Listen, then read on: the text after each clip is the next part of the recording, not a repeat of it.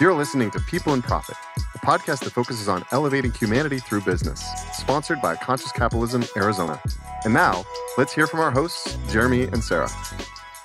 Thank you for joining us today for the People and Profit, Elevating Humanity Through Good Business podcast. Good business is the answer to many of the global issues that humankind is facing, and that is what we dive into on this show. We are working to change the capitalism narrative by shining a bright light on the stories of good business and encouraging companies to follow in the path of others who are having great success taking care of both their bottom lines and the people they serve. I am Jeremy Neese, one of your show co-hosts and also a member of the Conscious Capitalism Arizona leadership team. I'm joined today for the second show in a row, pinch hitting and doing an outstanding job. Kendra Maples, thanks for joining. Of course. I'm excited to join you again, Jeremy. We have two amazing ladies that I am so excited to have on the show and to have an amazing conscious conversation around. The two ladies that we have with us today, we have Jodi Lowe, the CEO and founder of You and Improved. Hello, Jodi. Oh, so happy to be here. We're so excited to have you here. And with you, we have Laura Hall, the partner of YZ Partners, and also the author of a new book, The ABCs of Conscious Capitalism for Kids. Laura, how are you? I am awesome, and I'm so happy to be here. Thank you for inviting me. You are so welcome. We are so excited to have you two on today. I think the conversation is really going to flow and really going to connect. There's a lot of overlaps between both of you and your businesses and some of the things that you're doing with your businesses right now. So what I want to do, I want to just start with kind of hearing a little bit more about you and your businesses. Jeremy and I obviously know a little bit about you both, but we want you to be able to share with everybody else. So Jodi, I'm going to start with you. If you want to give us a little bit of an insight and a background on you and You and Improve. Sure. So again, thank you so much for having me here, a part of this amazing show. So happy to be a part of the Conscious Capitalism community as well. So thank you for that. And as mentioned, my name is Jodi Lowe. I am sort of a pseudo Arizonan native, kind of. I've lived here since I was 5. So when you're 48, you just round up and say you're a native. So more or less a native. Every memory I have is here. And a mother of 2 amazing young girls that are my pride and joy. And also the founder and CEO of You and Improved, which is a leadership training and development company. We focus on heart-based conscious leadership and love working with Fortune 100 companies to small businesses to individuals that just love to be challenged and to grow. So all experiential-based training that we do all across North America. Awesome. Thank you for that. And then Laura, you want to tell us a little bit more about you, your business, and kind of what you're up to? Sure. I like to say my name is Laura Hall, and I am a conscious capitalist. I really believe that capitalism can be a force for good. I have spent my career in the fashion industry. I left my last corporate job as president of accessories for Polo Ralph Lauren to join forces with 2 other women who have sat in the C-suite, as I have at least twice.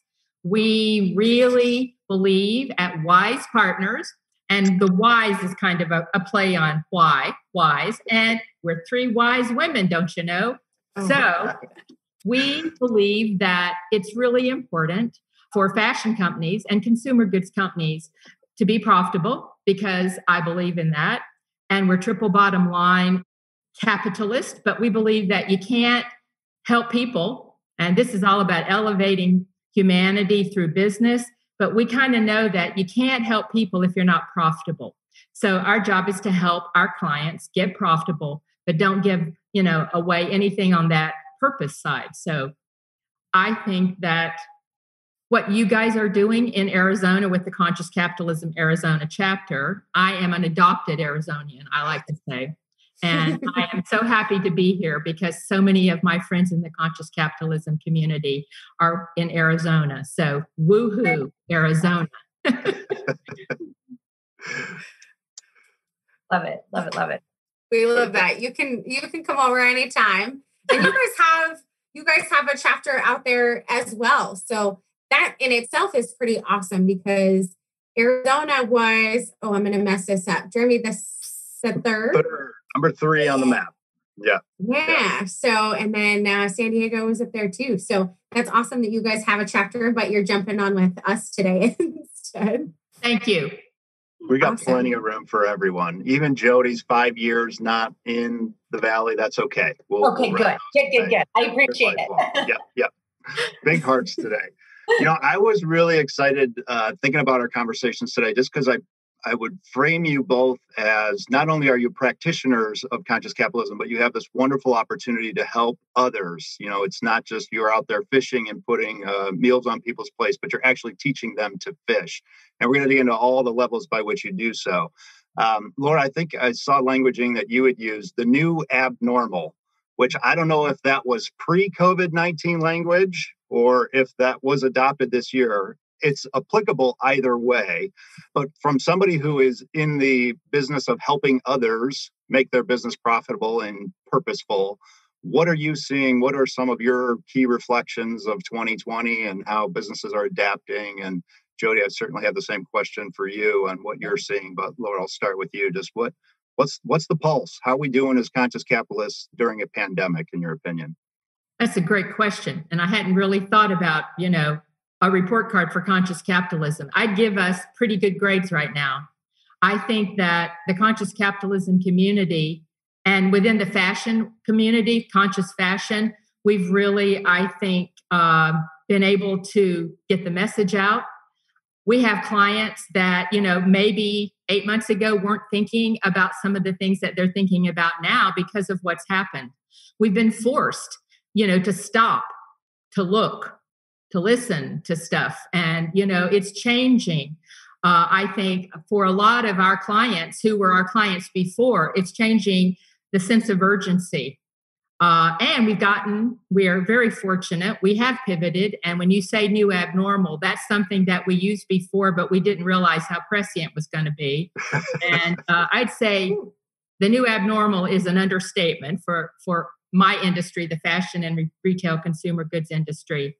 The two things that we at WISE have really learned is with our clients right now, given what's going on, is to just start somewhere on your journey to conscious fashion capitalism, because everybody's at a different place, but you just have to start somewhere.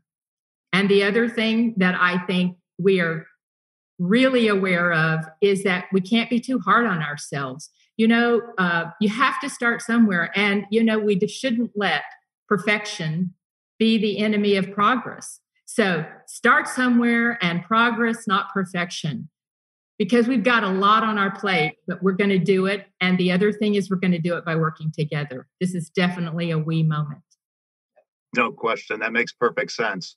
Do you get any pushback from that? Any step is a good step, when often this is sort of, a time of challenge, and you might be more tempted than ever to, hey, we got to make payroll next month. And so now might not be that time when I take that first step, not a perfect step towards being more conscious. Are you seeing that? Or this is actually the perfect time. I have to make tough decisions, and I might as well expand the stakeholders by which I'm measuring decisions against, or another. What is your travels showing? What you said, the second thing you said, right now actually is when many of us and our clients are being tested. None of us, I don't know anybody in my industry that hasn't been affected by this. Now, sometimes they've been able to pick up more business, but doing it differently. Almost everybody's had a people issue. All I can say and all we can say to them is to do it consciously. And what that means is that they have to be good, loving leaders. I still love the 4 pillars of conscious capitalism, and they've never been truer than the past 8 months. Be a loving leader, care about all of your stakeholders. Now more than ever, have a caring culture. And that higher purpose, wow, this is truly the moment for that. So true. Jodi, how about you? What has been your reflections out in the field, if you will, helping companies navigate these challenges?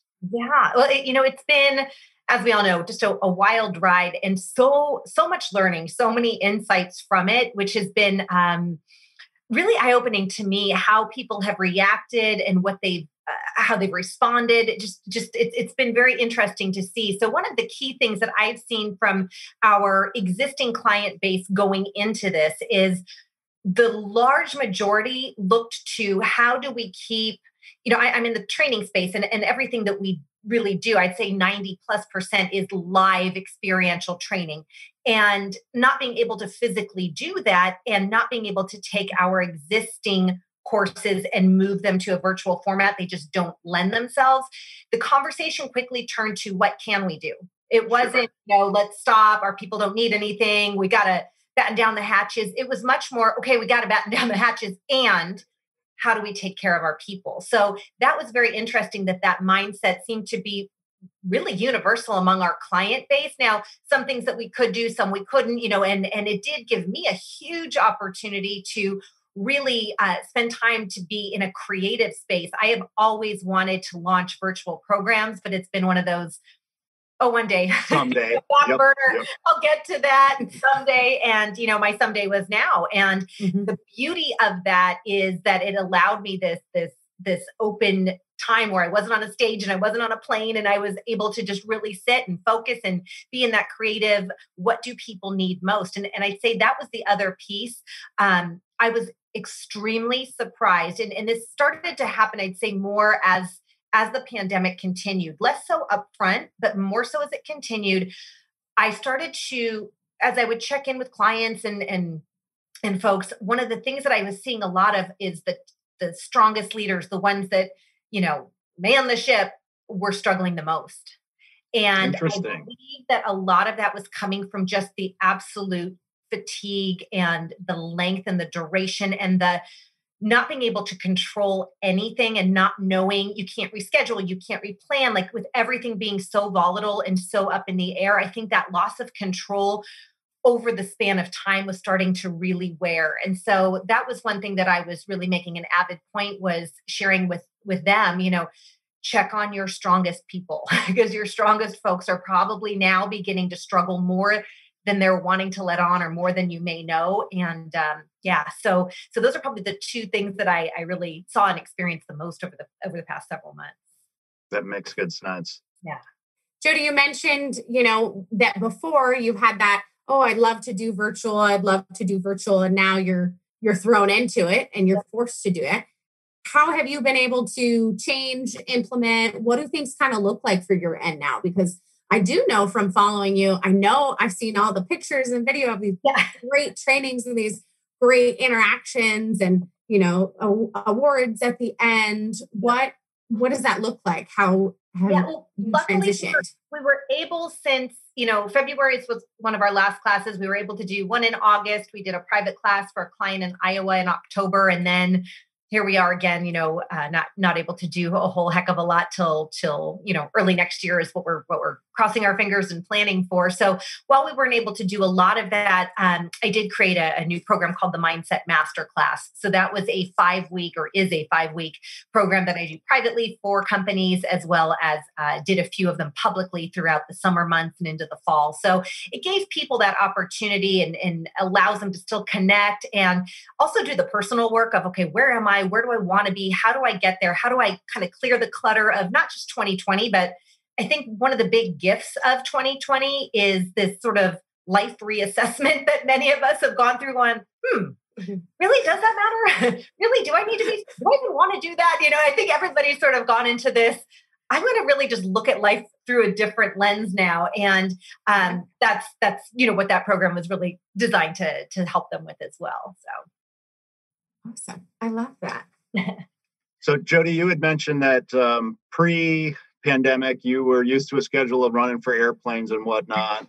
And now you've been able to refocus on how the digital world can propel you moving forward. Laura, is the same true for you? Were you frequently meeting with clients at their base, or were you sort of a remote worker to begin with, and this didn't change your landscape too much? Oh, no, it changed the landscape. It did. Okay. Oh, my heavenly days. Yes. Well, because I used to spend about half of my time with clients, and New York City is where I had a base, as well as in Southern California. I'm speaking to you today from San Diego, but I also have a residence in New York City. But I would say that's very much changed. I believe that what's really happened is my industry, the fashion industry, and retail in general has been forced, really to just, like I said, stop and look around, listen to what's going on, and adapt, because we are not going to go back. When we say new abnormal, that's the truth, because there's really not going to be the same kind of retail. There's not going to be the same kind of interaction with the customers. And the other thing is that I think the customers, it's what Jodi was saying. It's actually, that's perfect. You realize that some of those things, maybe I needed that. No, I don't need that. So you really have to realign what you're doing if you're a fashion brand with your customers. And if I had to say anything, it has never been more important to talk to your customers and to listen to your customers and actually to learn from your customers. We are really finding that to be true. The successful fashion brands are the brands that are doing that, and they're figuring out a way to create communities with customers. And in the conscious fashion industry, that's really important, because the next generations, my grandchildren, I'm a mother and a grandmother, and I see how they're changing the shape of what's going to happen in the industry, and we need to listen to them. Very true. I'm going to just chime in here real quick to Laura's point. The idea of being relevant is really, really important right now, and having to, I hate using the word pivot because it's overused, but it's really the best word to describe it. The companies that are staying ahead of the curve or thinking 1, 2, 3, 10 steps ahead of the what ifs, are really leading their industries. And coupled with the fact, again, like Laura said, I believe in the beginning of all of this, back as my oldest daughter said, she's like, Mom, we were so cute back in March. We thought it was a cute vacation. We were so naive and cute. I'm like, no, we really were. Remember we were like baking and tie-dyeing? I'm like, yeah, I remember. Right. We had no clue. So, but, I think so much of the conversation back then was, well, when we get back to normal. And what I kept sharing with friends, family, clients was, there's no normal to go back to. This is forever. Yeah. Something like this is not just a little blip on the radar. We are forever changed. So if we're not looking to create a new normal, break up with the idea of going back to anything, because nothing that we knew is what it is today. So I think the more we can wrap our head around change is okay. We're going to be just fine. It's just going to be different. And we have to embrace that unknown factor. And also just, again, think ahead, have some foresight. What are our best guesses? I think it also makes it easier than to think, there's some magic pixie dust that gets sprinkled on December 31st and it's 2021 and it's all over. It's like, it's not going to really work that way. So yeah, I think that we need to just grasp onto the fact that, there's certain principles that we need to keep leading with moving into the new year and beyond. But, to think that it's going to be back to the way it was, we're different. We're different. Exactly. People, different businesses. We look and act and do things differently than before. Yeah. But that's okay. And like you said, we're shifting, we're learning. We definitely went through that cute phase, like your daughter said, of like, we're so oblivious. Oh, it's going to go away. And now we're adapting, but it's amazing to see what companies are doing when, yes, they were forced to in the beginning, but now in a lot of these cases, it's opening up new opportunities. I mean, the fact that even right now today, the 4 of us are remote. And, a lot of times, at least one of us is in the studio or something.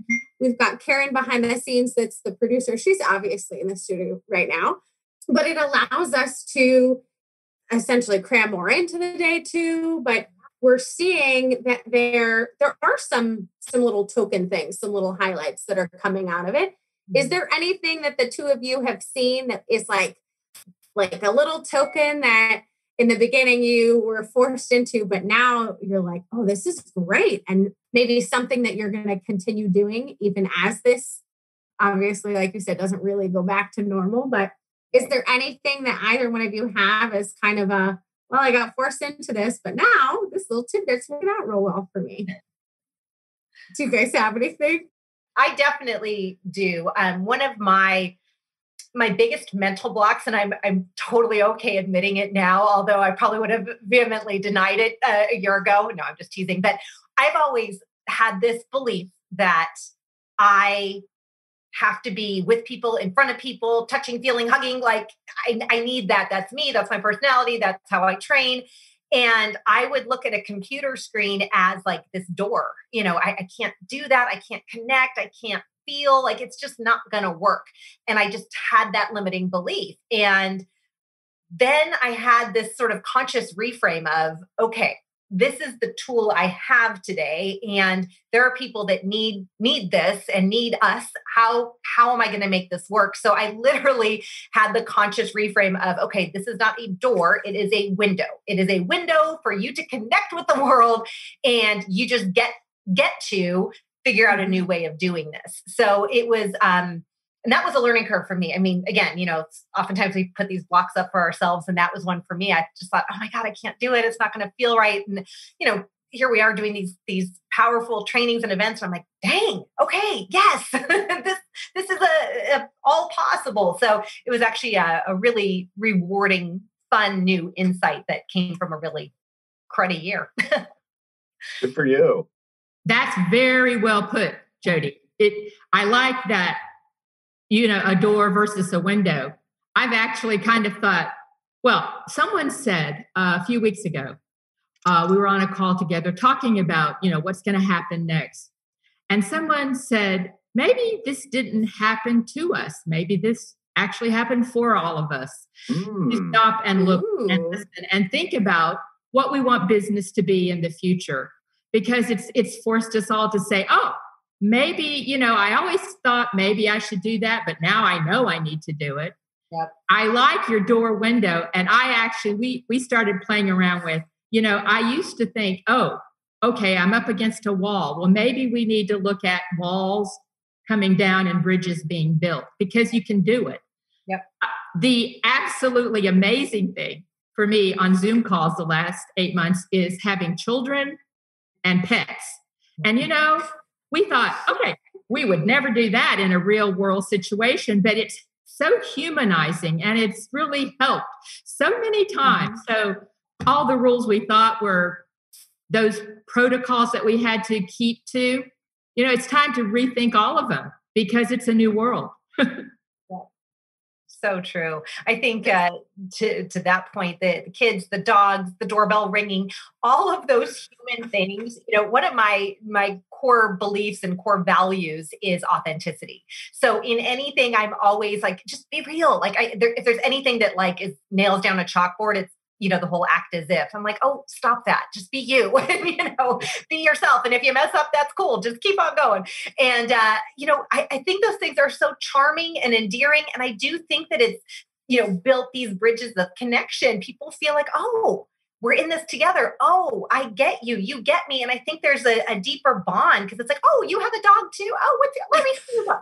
You know what I mean? Or crying babies or whatever it is. It's just, this is real life. And to me, it's almost been one of the positives or the upsides. It's like, okay, we can all like let down our hair a little bit and be like, okay, we're all human. We're all dealing with the same stuff. Like, let's, cut the silly stuff and pretend like everybody's, not wearing sweatpants below the screen right now. Come on. Right.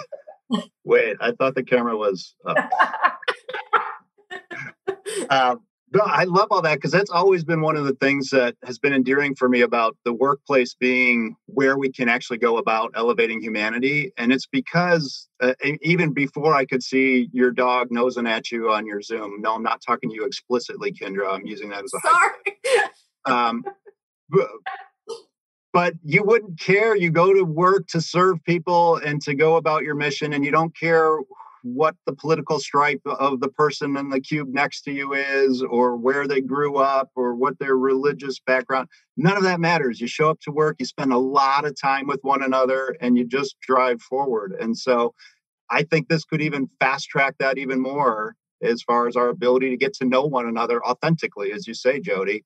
I know Barry Waymiller, one of the poster child of a conscious organization, one of the very first things they do with their new hires is they put them through an empathy training. That's their go-to courses. Before we even talk about the widgets and the SKU numbers, we're going to talk about how we go about listening to one another and putting ourselves in their shoes so that we can work together. And everything you're both sharing totally reinforces that. I love it. I'm curious. So, Jodi, you talk about, I believe your languaging is how do you master a mindset for success? Mm-hmm. So let's talk a little bit about success. And do we put new parameters on success on a pandemic year, or is it really this is no different than any other storm that might blow through? You know, this is sort of doesn't care what industry you're in or how big or small you are, you're going to be impacted by this. But does it change anything? And maybe I'll go back to my first question. Like, what is it that you come to the table with when you talk about success and the mindset required for? Yeah, well, I think one of the first things, and what I've been sharing with people for the past, whatever it's been now, 8-9 months, is the idea of some grace, because I feel like so many of us in general, especially if you're like type A driver type personality, like to control things, like to move the needle, go. This has really rocked those of us that are wired like that to the core. So giving yourself just a little grace and saying, you know what, this is what it is. No one knew, no one saw, and looking at what the goals were and what they are. And, sometimes we feel off the mark. I mean, that can happen in any year. This year, we might not even be on the page that we thought in the book, in the, series that we think we'd be in. So I think this is one of those things where we have to have some grace and care for ourselves and each other. I think that's the biggest thing. Again, I really feel I'm always wired to believe pace of the leader, pace of the pack type mentality. Right now, I don't know, my team and I, we're talking regularly, checking in. How are you doing? How are your kids? How are your spouse? We have that culture. Obviously, it's what we train. It's what we live.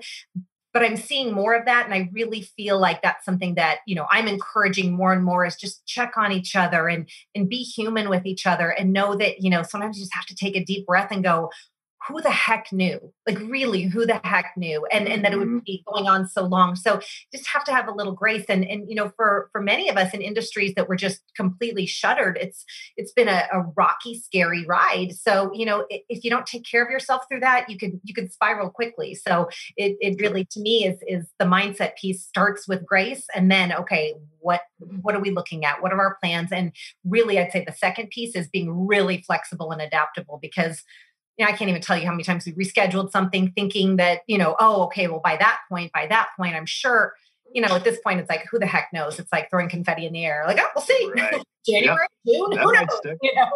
So I'd say grace and then that flexibility and adaptability are probably the keys right now. That's perfect. How about for you, Laura? Everything Jodi is saying is just so resonating for me. For my clients, what we've all had to go through. I love grace. Grace is one of those words that I have just rediscovered over the past 7 to 8 months. And a little bit of grit and grace right now is getting us all through. I don't even know. I would also add that we are in this together, and we really are. And, maybe that's one of the bonuses that's happened, at least for my partners and I and the Conscious Capitalism community. If I went to a Conscious Capitalism event, I got to see a certain amount of people. But, Zoom has some real pluses, and this whole ability for us to meet people we never would have met and to talk to people we never would have. What we're doing today is extraordinary. I'm getting to meet awesome people that I probably wouldn't have gotten to meet and have a great conversation with. And I go back, because I'm in the fashion industry and consumer goods industry. We tell our clients now, this is a really extraordinary opportunity to get closer to the consumers that you want to convert to customers, because these are extraordinary times. You can talk to them in a way that you didn't get the ability to do before. And that's going to be what makes brands, I think, successful. Giving the customer what they want. I'm in an industry, and I say, when I started in the fashion industry, I used to tell you guys what to wear. I'd be like, okay, pink is the color this season and you will buy it. And this is the length of your skirts and all that. And sorry, Jeremy, I'm on the ladies. Jeremy, you have to get the pink skirt too. Sorry. But, now the customer tells us it's a whole different world. So maybe that's true for other industries, but it's certainly true for mine. Yeah. Laura, you mentioned how, it gives us the opportunity to meet and connect with folks that we really haven't had the opportunity to before. We're seeing with a lot of companies, it's also opening their bandwidth, their spread of reach as well, because now if you're opening up a pool, even if it's, say for a job, for example, you don't have to just look at the population that's right here in Phoenix. Everyone's remote. Why don't you expand your search? And now you're looking at people across the country. The same thing with looking at future customers, right? Future clients. It doesn't have to be right here. Why can't you just reach out and find some folks in other areas? How have you kind of been able to reach and expand your network and your opportunities a little bit more? Have there been maybe that client that you were like, we really want them, but they're kind of out of our area? Have you had the opportunity to kind of reach out and expand your network for clients and customer base? I have. Absolutely. We have a brand new client who is based in Delhi, India, and they have a new fashion brand. They were part of the food and beverage industry. They are part of the Conscious Capitalism community. And he and his team said, we probably wouldn't have gone outside of our network, but now we're doing that because we've met so many of you. I met this gentleman on a Zoom call, with a bunch of other conscious capitalists. So yes, I think that's very, very much a new way of doing business and looking at the world and your potential employees and your potential customers differently. Awesome. Jodi, how about you? Have you been able to kind of expand, reach, and even some clients and some customers a little bit? Absolutely. One of my big, COVID projects, like I said, was creating some new programming, one of which I mentioned, but another one, and that's been my big labor of love, is going to be launching. Uniproof turns 12 in December. So on 12/12 at 12 p.m., I'm making this big announcement of this new launch of something that will really allow us to reach anyone, anywhere, anytime. And that to me is like, wow, it's not an in-person program, obviously, but it's an additional arm of being able to extend to say, hey, you know what? It's midnight in Tokyo and you can chime in and be a part of something and feel that support and that coaching and that guidance. And, you can be at any age, anywhere. And we've never had the opportunity to do that before because we just hadn't created it or worked on it, like I said. So that to me has just been the biggest thing because, we have clients that travel to Phoenix or we travel to them, in normal circumstances. However, unless we would go to them or they'd come to us, that was sort of it. And now it's like, oh my gosh, the support for our graduates and our alumni. I mean, there's something they can plug into that they'll have at their fingertips every single week. Like how exciting, So yeah, it's been for us, it's an exciting time. Good for you both. That's great to hear.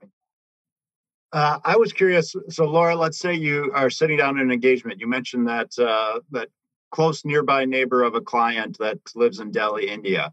So the profit piece is always the easy part of the conversation, right? That's an easy one to measure up. Where were you at before we began our engagement? Where are we at the end? What are some of those other things when you're talking triple bottom line and you're talking about being a conscious stakeholder-centered organization? How do you go about finding areas to measure whether you're having the influence you want to have or not? You've just raised a question that we actually have talked about quite a bit. And I understand what you just said when you said it's easy, to talk about the profit metrics. Actually, that's a hard one. Okay, let's dig into that. Right now. No, it's you bring up a really valid concern and conversation that we're all having is how do we measure anything, right? Measurement tools. And we say, we measure what matters. And what matters gets measured. And I would say right now, my industry and maybe all of, the retail consumer goods and all brands, we're in a for-profit business. We're all trying to think now about how do we measure things. We are really involved right now with a group of people in banking and business right now. My partners and I, we're working on looking at a social wealth index, for example, because we actually are beginning to realize, all of us, conscious capitalism leading the way as business leaders, we can't look at just that bottom line. That triple bottom line means people and planet. It means human capital and natural capital. And we're all coming up against finite resources. In the fashion industry, absolutely. We have to change. So what you just said was a mouthful, Jeremy. It was really, really you've put your finger on the pulse of what we have to do with our clients, and tough conversations now about, in order for you to be profitable, again, it goes back to start somewhere, progress over perfection, because you can't all of a sudden tomorrow turn out to be, everything with our supply chain and people is perfect and we're not going to pollute the environment anymore. I'm not into shaming people or blaming. I'm into helping people, and let's celebrate successes. And if you're headed in the right direction, momentum's a great thing, I believe, for me, for my clients, for our industry as a whole. That makes good sense. So you're telling me you don't have the secret decoder ring that I can go take and apply I wish. for every business challenge. Okay. Yes. I had to ask. You couldn't fault me for going there. No, that was a good one, Jeremy.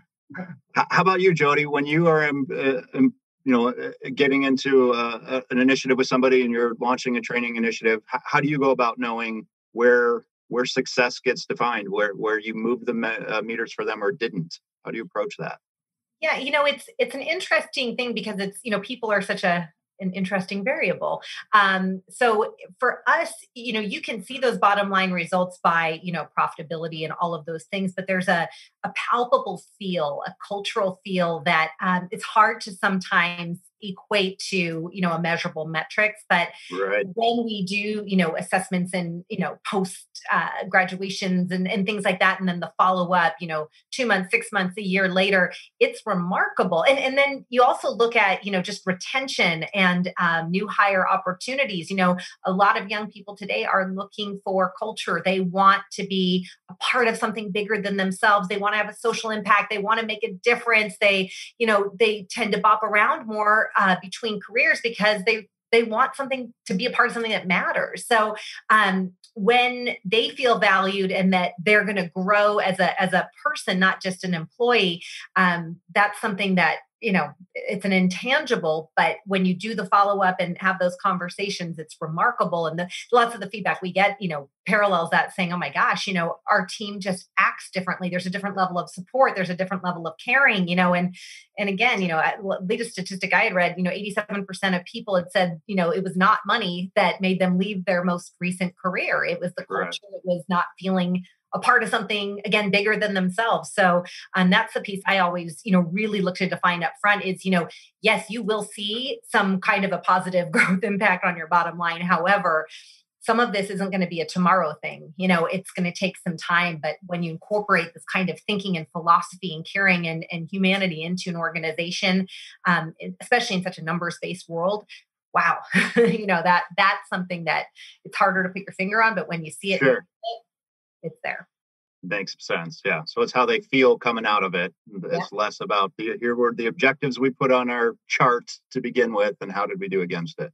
Yeah. And I think a lot of people have a misnomer, especially at least for my company and others in my industry, perhaps, that, it's, they're going to feel great for a day or a week. And then, then what? How do you make it stick? And to me, that's always been the big piece is, this is not about a hypey rah-rah thing. This is when you tap into your purpose and how your purpose aligns with your organization's purpose and you find that beautiful match.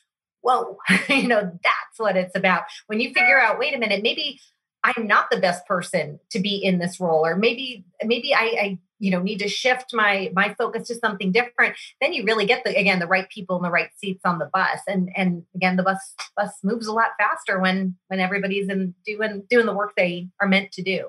That's true. Absolutely true. Jodi, one of the things that you mentioned young people and searching for that right company and culture and purpose. And so many times we forget that in a lot of circumstances, the youth are a stakeholder, right? So one thing I definitely want to make sure, Laura's shaking her head. Yes. So one thing I definitely wanted to make sure we highlight and we talk about today is that in itself, students and youth and kids that are stakeholders. Both of you are doing work in different ways with supporting that and helping teens and helping young ones to realize that they are a stakeholder and that they can make these changes and they can make growth and, progression happen as well. So I want to start with Laura, with you, because you do have your new book, which is the ABCs of Conscious Capitalism for Kids.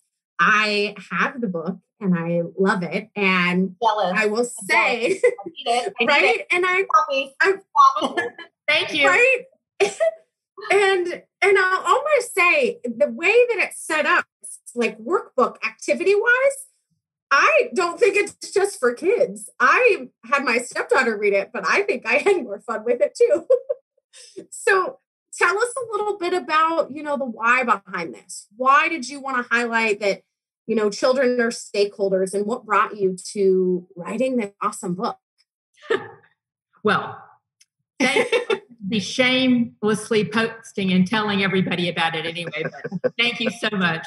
I wrote the book, and I wrote the book as a legacy of love and a lesson for my grandchildren, because as I said, I am a mother and a grandmother.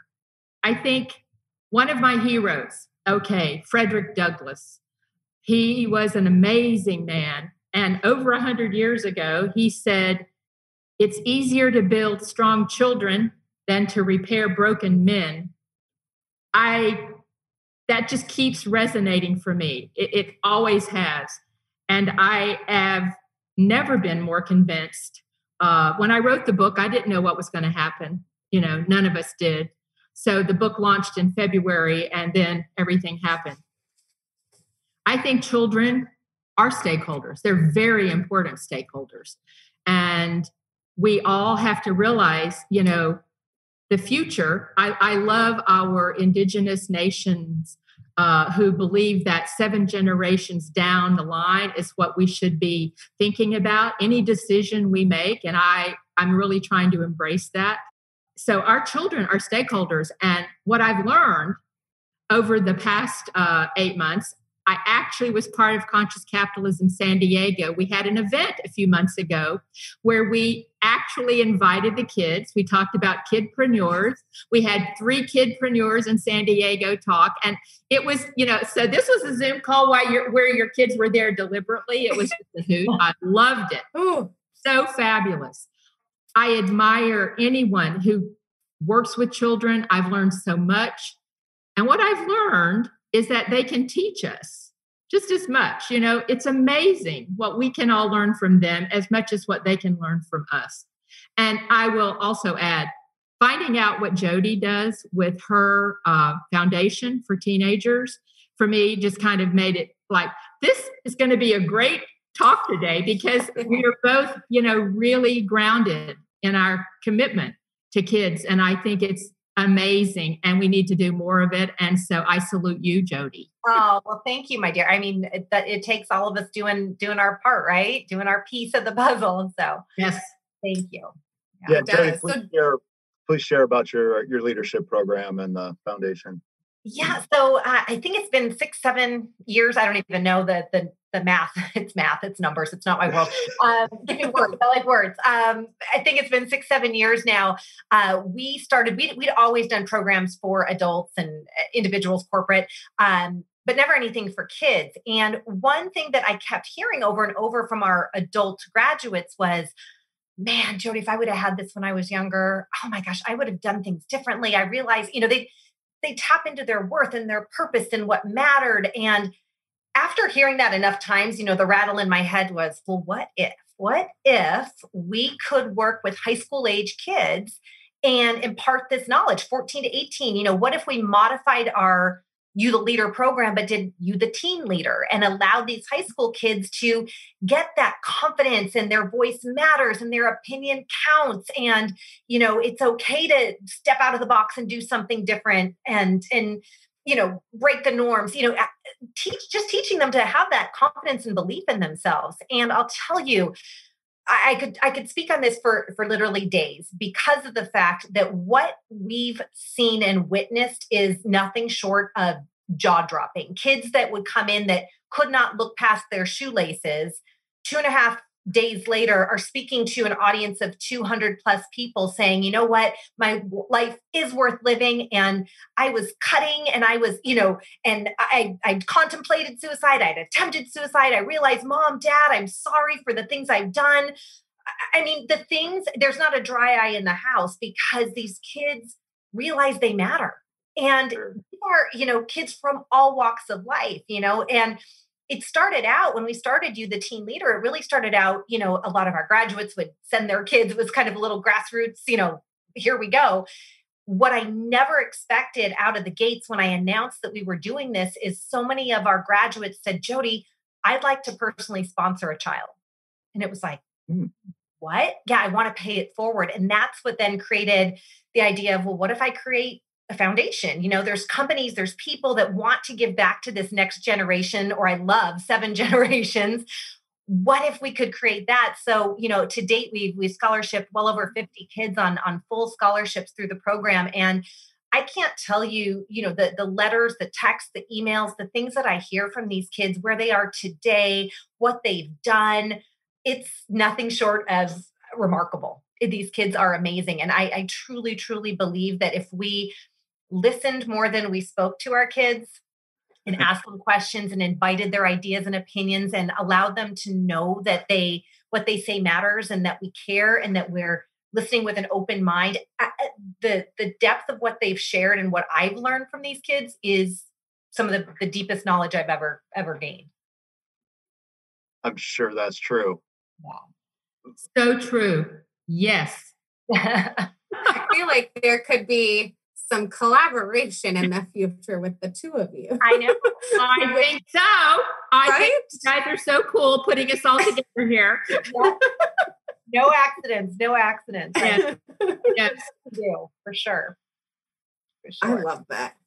Laura, as you were writing the book, were there some things that stood out to you as learning opportunities for you as you were distilling your thoughts to paper? As someone who's never gone through that process, I'm curious, as you're trying to make the concepts of conscious capitalism child digestible, if you will. Yes. It was really interesting. And I had a focus group because I had grandchildren, and I have some nieces and nephews. So I was pretty much just anybody. I had no pride. It was like, what do you think? And I would also say that roundtable companies, I'll give a shout out. Conscious Capitalism Press is the arm for which this book was published. And I was one of the founding authors, and so proud to be. And roundtable companies is a wonderful place to get a book published. So I'll shout out that if you want to use and write a book, use RTC.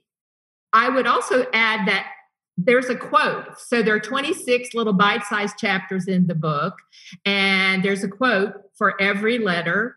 And I was gobsmacked. I was just so amazed that there was nobody that I didn't ask for a quote that didn't give me one. I mean, I got a quote from Melinda Gates. I got a quote from, all the leaders in the conscious capitalism community. Rose Marcario from Patagonia.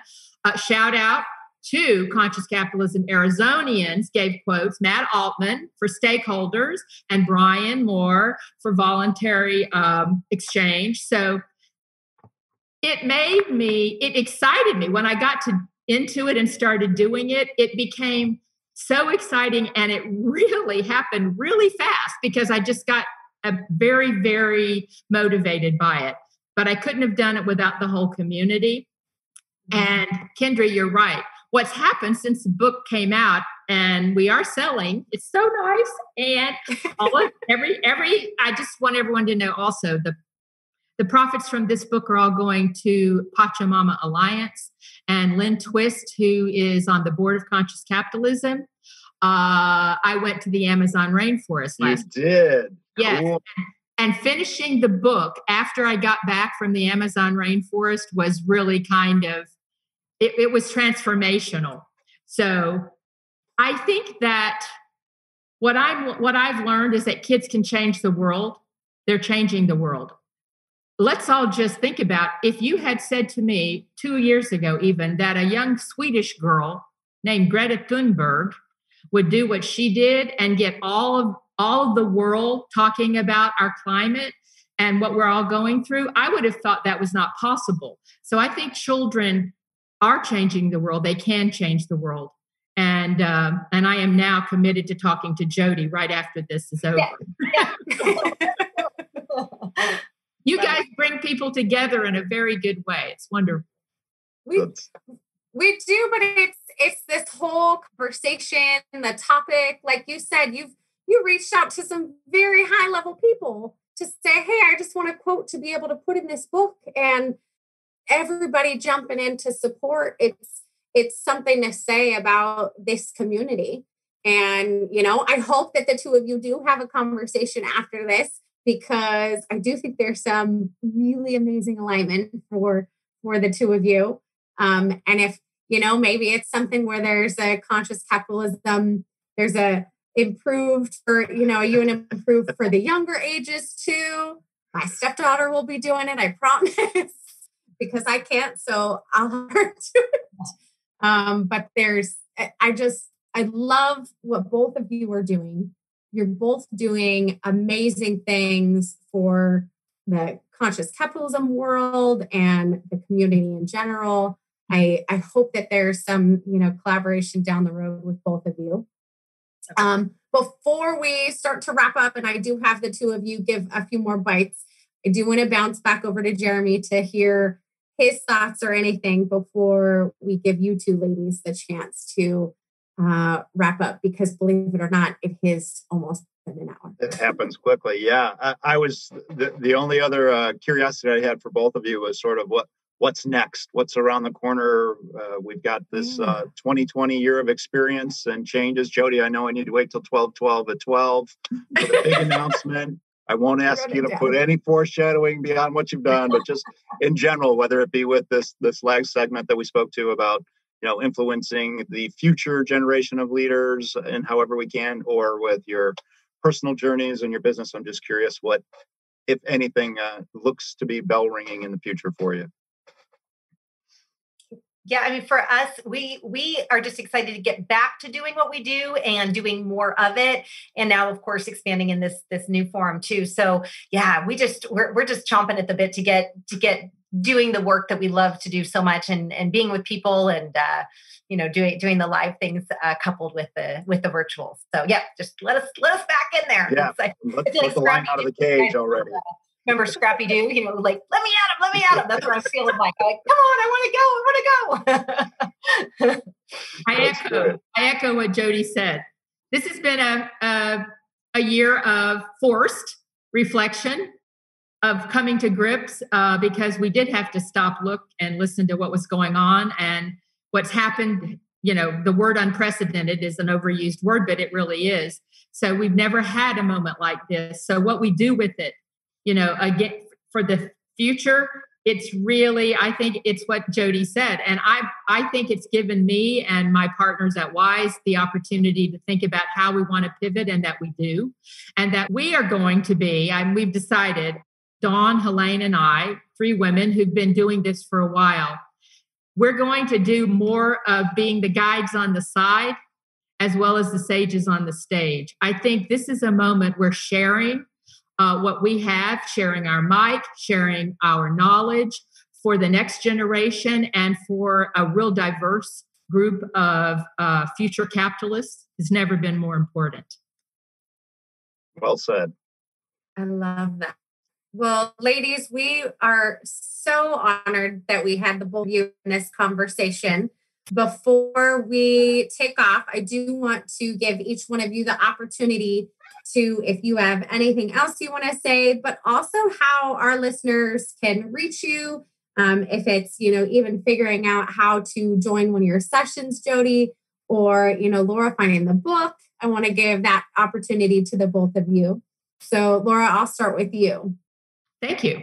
Well, you can reach me. The book is available, Conscious Capitalism Press. If you go to the Conscious Capitalism Inc. website, it's available at Amazon and Barnes & Noble. I am available through LinkedIn, and I think you're providing everybody who's listening today with either our LinkedIn or our Twitter. Yes. Mm-hmm. And so I am absolutely ready, willing, and able to talk to anyone about, how we advance the purpose and the future of conscious capitalism, especially for our children. And I would end with another thing that I really believe is important is if we want to go fast, go alone. But if we want to go far, go together. I think it's never been more important for all of us to go together. And now I have more of you who are going to go together with me and all of us. Thank you very much. You bet we do.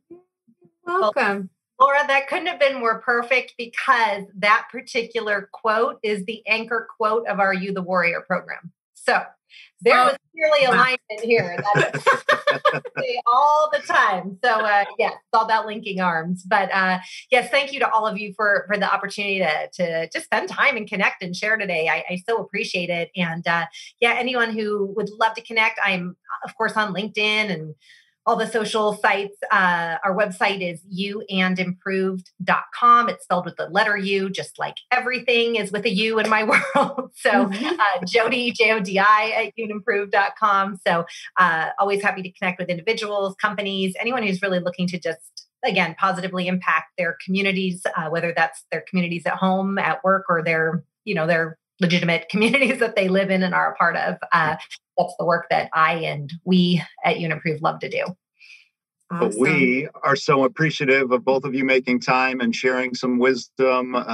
We encourage anybody to go check out ccarizona.org to learn more about our chapter. And that's an ever-moving website. So come back and visit often. Thanks to the members and the sponsors who make this show possible. And we can't wait to have another exciting conversation coming next month. Thank you for listening to People in Profit, where we showcase the businesses that are elevating humanity through their work, right here in Arizona. Learn more about us at ccarizona.org.